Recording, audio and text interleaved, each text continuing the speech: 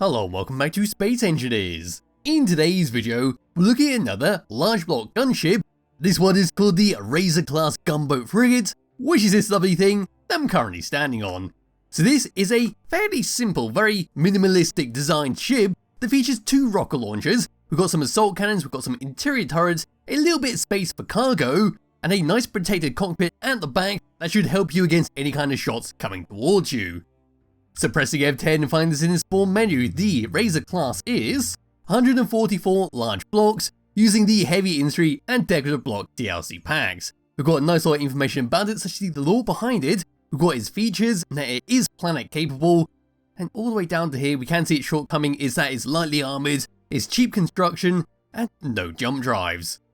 So giving this thing a thumbs up, we'll move around towards the very front, we'll have a quick look around the outside, then we'll drive around for a bit, maybe find some space pirates, and well, test it out. So my character now, bugger off he goes. There we are, a bit wonky. But yes, what we get at the very front for the Razor class gunboat is of course two rocket launchers. Right in the middle, sitting on a column, is our camera to help aim them straight forwards, and of course to get a good view in front of us, so our cockpit is blocked up by some steel blocks and the rocket launcher on top, so we'll need this to have a very clear view. To the left and right of that is our hydrogen thrusters to help slow this thing down. Hydrogen thrusters are the only form of thrusters that appear on this ship, so are good for both space and a planet. Then on the very left and right hand side we can clearly see our assault turrets to blast our enemies with. If we were to move around onto this side because it has the sunlight on it, we see how our rocket launchers have been attached up at the front. We've got some armoured panels just surrounding some conveyors that come all the way across some conveyor junctions to go all the way down to the middle of the ship with our cargo containers, two small ones just to put your ammunition inside.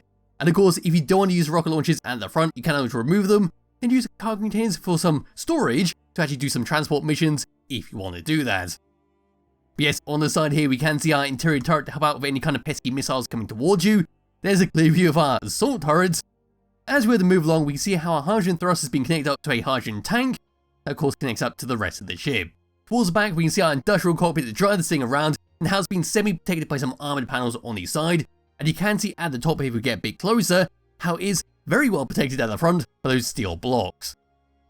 Anyway, moving down we can see our magnetic plates to clamp ourselves down on, we can see another hydrogen thruster for our left and right, then at the very back here we've got some lovely dark grey and white blocks just coming up the rest of our hydrogen thrusters to move us around. So at the end of the day, say the worst case scenario where you lose the front of the ship, you can still fly this thing around because most of the thrusters that are at the back, you just need to be a bit quick on the 180s to slow this thing down, so you won't have any thrusters to actually stop you because they're at the very front. Anyway, coming around towards the very back, this is what's going to push us around. So we've got two small hydrogen thrusters with a connector right in the middle, and we can clearly see another two on the top and the bottom. And if we have to move all the way up and look down at it, we'll then see our batteries to give it a bit of power. And yes, connected onto our hydrogen thrusters at the back, we do have some O2H2 generators, so we can load this thing up with ice, make sure we can fly for a nice long time. Moving all the way along, that's a clear view of one thruster to move us down. There's our two on the side. Going towards the front there, that's all we can see. Dropping down and coming under this thing, past both of our rocket launchers, all the way down, this is all we can see. So there is our gyroscope to move this thing around. It is a little bit exposed, so you may want to armour that up if you want to. But moving all the way along, all the way over to here, there are our magnetic plates, there's our other thrusters to move us down, and there are two parachute hatches, just in case you get into a bit of a pickle on a planet, and well, need to save the ship. And there we go, so that's a very brief look around the outside of the Razor class Gunboat Frigate, and that's so great how it's all been set up.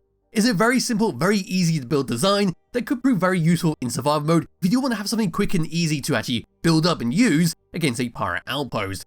And of course, if you want to, there's plenty of places to customize this, say remove the rocket launchers at the front, add some more steel blocks, or even just go and slap some, say, ion or atmospheric thrusters towards the back of the ship, because there is plenty of space to do that. But now what I can do is just grab hold of my character, we now come all the way up to this, and get inside the cockpit, so we do have two tabs to go through.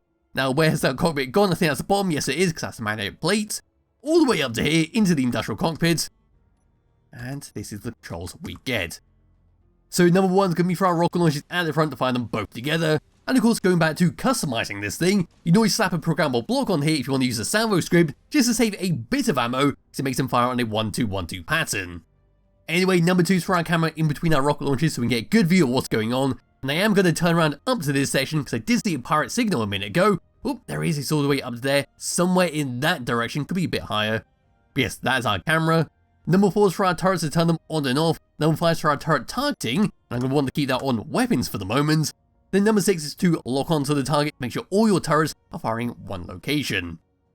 Number 8 is for our batteries to turn it on and off. Number 9 is to auto or recharge. Pressing number 9 will turn off the entire ship.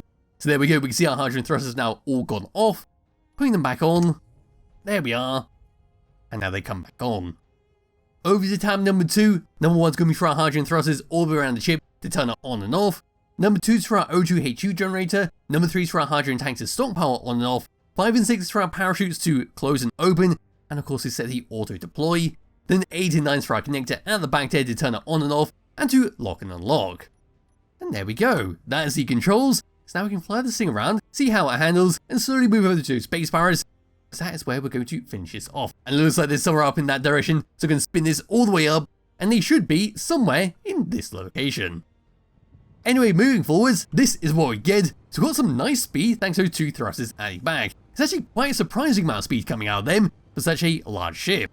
Coming to a stop, we should be equally as fast because we've got the same thrusters forwards and backwards.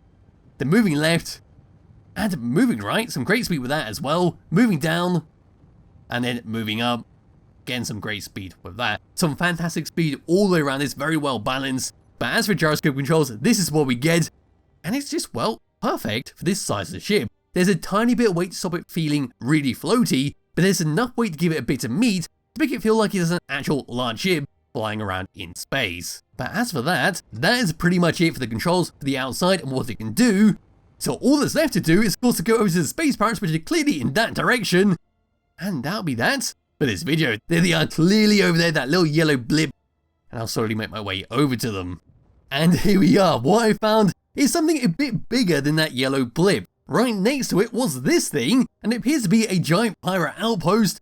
And well, we're going to go up to it, see how the turrets handle it, and if not, we can just slam straight into it, because that'll deal maximum destruction, and we'll hopefully disable them, unlike last time where they had those little asteroids that completely screwed me over. So coming up to it, I want to make sure my turrets are ready to go. Yes, they are. Going to come out of the camera, third person view. We're going to try and broadside it. There we go, our guns have engaged. Hopefully they will go for the turrets on the outside first of all. Should get some shots coming around us once we get to 600 meters. Oh, they're actually a big building, because they are engaging us past 600 meters. So we need to get a bit closer. Hopefully our interior turrets can actually deal a bit of damage as we go closer and closer. Yes, they are. They're now firing. Moving slightly further up to it, or slightly closer up to it. That was a good shot over there, looking a bit forwards. There we go. We can see they're trying to go for that Gatling gun on top. Is there any more guns on this? I don't think there is. I think we might have disabled it. It is slowly floating away, so they might reveal some more turrets underneath us. And considering the turrets have stopped firing, I think that's fully disabled. So there we go, that was a nice easy job. So all that's left to do is slam straight into it, and that'll be that, the Razor class gunboat. So here we go, we're now going at maximum speed all the way towards it into the main body. And that was a fantastic explosion. That must be directly onto a hydrogen tank. There is very little remaining of that base. In fact, there is tiny bits of it remaining. Don't know what happened to it, but there we go, that was fantastic. And as for the poor Razor class, this is all we've got left remaining. We still got the cockpit, we still got some thrusters, we still got the turrets and the cargo containers. So this could be very easily repaired up. You would say reconnect everything up. Not actually sure what got damaged there, but I think we crashed into a bit of wreckage. Yes, if you were to connect this up, put some more thrusters around it, you could have another fully functioning ship after that crash. But yes, I'm having too much fun with this. There'll be a link to it in the description below if you do wish to download it and play around with it yourself. Highly recommend you do. There will also be a link to the Skybox I'm currently using. It's just a standard Skybox, standard dark Skybox, but has this lovely blue section in the middle, and I believe it's called the Frozen Throne. But anyway, thank you all for watching, and I'll be back with another video some point soon. Bye bye.